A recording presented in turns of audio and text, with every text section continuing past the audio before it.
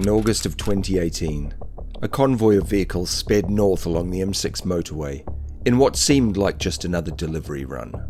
Hidden inside a specially modified van were 186 kilograms of high-purity cocaine, worth £20 million.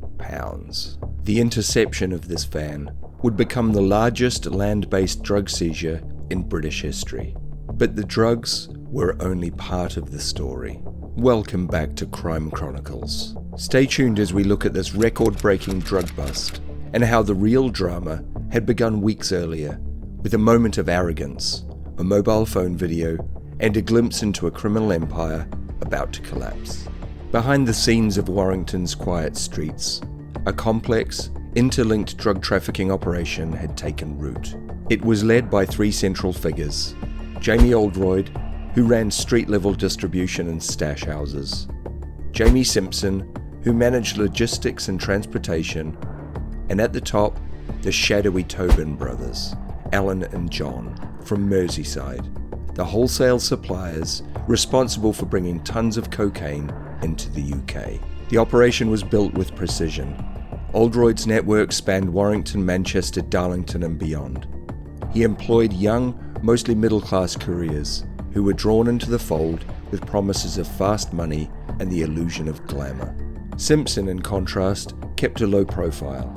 He coordinated the movement of drugs across the country, using trusted drivers and encrypted communication, never exposing himself directly.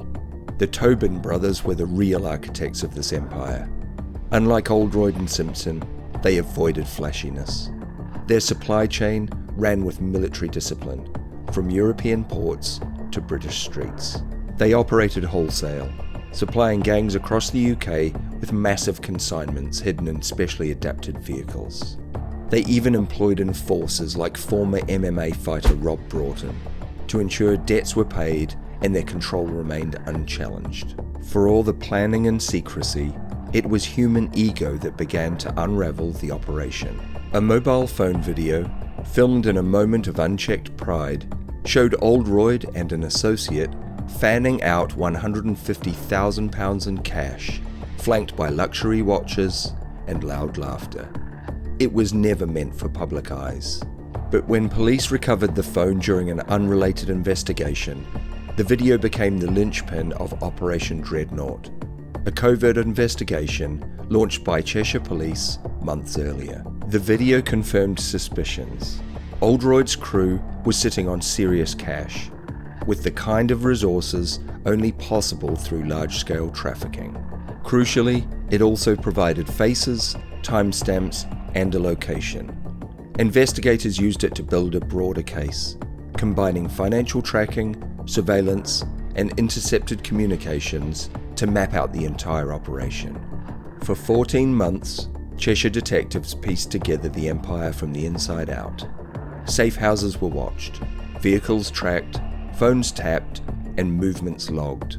Couriers like Lewis Johnson, Islam Grana, and Dean Brettle were quietly followed on trips spanning hundreds of miles. Each layer of the network was slowly peeled back. Investigators knew they had one shot to take down the entire supply line. A single bust wouldn't be enough. They needed to catch the gang in the act, with the full weight of the operation visible. And that chance came in early August of 2018. On August 2nd, 4 people, Simpson, Claire Smith, Andrew Daniels, and Dean Brettle, left Warrington and headed south to Rochester and Kent. Their mission: retrieve a shipment of cocaine smuggled through the English Channel. By that evening, they were heading back north in 2 vehicles, one acting as a scout, the other a dark blue van carrying the prize. Unbeknownst to them, they had been under constant surveillance. Above, a police helicopter tracked every turn. On the ground, unmarked units prepared to move in. At 8:31 p.m, near junction 19 of the M6, the signal was given. Roads were closed, and the convoy was boxed in. Inside the van, police found expertly concealed drawers beneath a false floor, filled with block after block of cocaine. The haul was estimated at £20 million. Simpson and his crew were arrested on the spot. No one resisted. they all knew it was over. News of the record-breaking seizure spread like wildfire, not only through police channels, but the criminal underworld as well. Panic set in. Within days, Oldroyd was arrested. Police raids across Warrington uncovered more drugs, more cash, and more evidence. Members of the gang either went into hiding, destroyed their phones, or prepared for arrest. But the law wasn't the only force coming for them. With tens of millions lost, retribution from higher up the chain was swift. Gunshots were fired at Oldroyd's parents' home. His brother's sweet shop was firebombed. His mother's bridal boutique was torched in broad daylight. Osmond warnings, official police alerts issued when someone's life is in danger, were delivered to several gang members. The empire that once ran on loyalty and profit now crumbled under fear and distrust. Communication between the gangs stopped entirely. Associates distanced themselves. Everyone wondered who might talk first. At Liverpool Crown Court, prosecutors laid bare the full scale of the conspiracy. With overwhelming evidence, the court heard how an industrial-level drug supply chain had been masked behind car hire firms, fake rentals, and burner phones. Over 120 years of combined prison time would be handed down to key members. Jamie Oldroyd was sentenced to 14 years and 3 months. Jamie Simpson received 11 years and 6 months. Lewis Johnson, who operated a crucial safe house, was sentenced to 9 years. Claire Smith, caught in the convoy with the cocaine, received 8 years and 9 months. Andrew Daniels, driver of the van, was jailed for 8 years and 6 months. Islam Grana, whose mobile phone contained the damning video, was given 7 years. And Dean Brettle, who was involved in modifying the vehicle's hidden compartments, received 6 years. Others in the network received sentences ranging from 3 to 9 years depending on their role. Then came the final blow, the Tobin brothers, who had long been insulated by layers of caution and distance. They too fell. Alan Tobin was sentenced to 20 years in prison. John Tobin received 19 years and 8 months.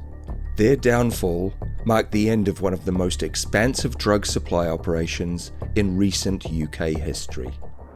The collapse of this empire didn't come from a single misstep. It came from a chain of arrogance, greed, and overconfidence, captured in a single video and exposed by meticulous police work. What had seemed like an untouchable multi-million-pound network was dismantled piece by piece, not just through arrests, but through fear and betrayal. This case proves that the UK will throw all the necessary resources to bring down large criminal networks. They just need that crucial jigsaw puzzle to provide a way in. In the end, it wasn't just the law that brought them down, they did it to themselves. Thank you for joining us today on Crime Chronicles. Don't forget to like, subscribe, and share the channel with your friends.